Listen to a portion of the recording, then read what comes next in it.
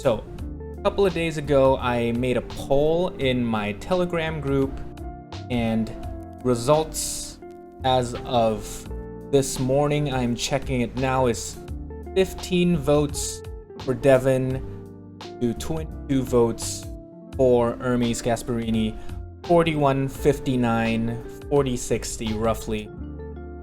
That's still a pretty close vote, and it's sort of in line with the rest of what the world thinks, based off of the other polls that other arm wrestling groups have been making. See some polls on Reddit, on other YouTube channels. It's always very close. It's close to that 50-50 mark.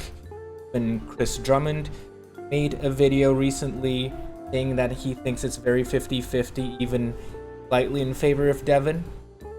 For me personally, I think it's somewhere closer to a 30-70 favor of Ermes. Here's why. First, start off with some of their previous matches between Ermes and Devon. Use the proxy of Devon as an intermediary. The two saw how Ermes did against him, saw how Devon did against Levon. There's of course the argument that Devon sort of tweaked his bicep, didn't have enough time to prep, things like that, and that is fair. That's fair enough. Going forward to a recent match Devon had with Gennady, people also said Devon didn't have much practice, didn't have much time to train for that. He had still been coming off of his bicep injury, only doing table time, not able to do very heavy weights, and still Devon was able to put up a really close fight against Gennady. And a lot of the Devon supporters think that he's going to win because of his King's move, and I do think that that's going to be his path to victory against Ermes, because I don't really see Devon going inside with Ermes. I think that is a bad idea if he actually tries to dive inside against Ermes's very insane back pressure. If you've seen any of his recent videos of him doing back pressure, there is just no way anyone has enough cup and finger containment to be able to curl in like 90 kilos of back pressure. No way. So, only path to victory I see Devon getting against Ermes is going to that nice open King's move that he has. Very good sticking point, especially just before the pin pad.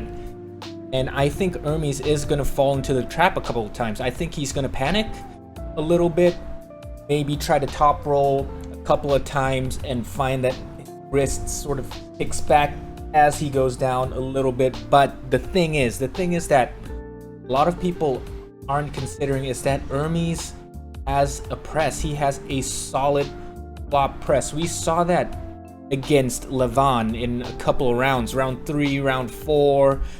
We saw that Ermes has the ability to defend with a compromised wrist and then press in. There is nothing to tell us that the Gladiator will not be able to do that against Devon with his wrist compromised. Arguably, Levon has a stronger top roll than Devon. I don't think most people will argue on that. And even if Devon cracks Ermes's wrist, Ermes is still going to have that inner elbow integrity to dive in, get his shoulder behind, and go in for the press, which is a beautiful counter to the top roll. If you've ever been pressed by someone, a flop wrist pressed, and you are the top roller, you will realize how difficult it is to just hold that over-pronated hammer curl position and just trying to hold off their entire body pressing down.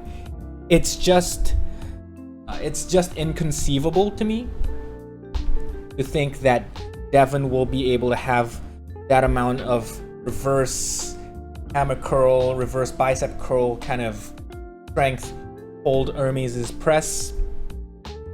He may try to transition to having a little bit more cup, a bit more supination, so as to turn Ermes a little bit palm up as he's going for the press. If Devon is able to do that, kudos to him. That will be incredible. That will take the match closer to that 50-50 mark that everyone thinks it is. But in my mind, I don't see Devon taking more than one win off of Ermes. I think his best shot is having one win somewhere in the middle of the match, where Ermes maybe gets a little bit overconfident, a bit cocky, doesn't pin him straight away, bleeds out a little bit and starts to panic. That's how I see Devon winning the match.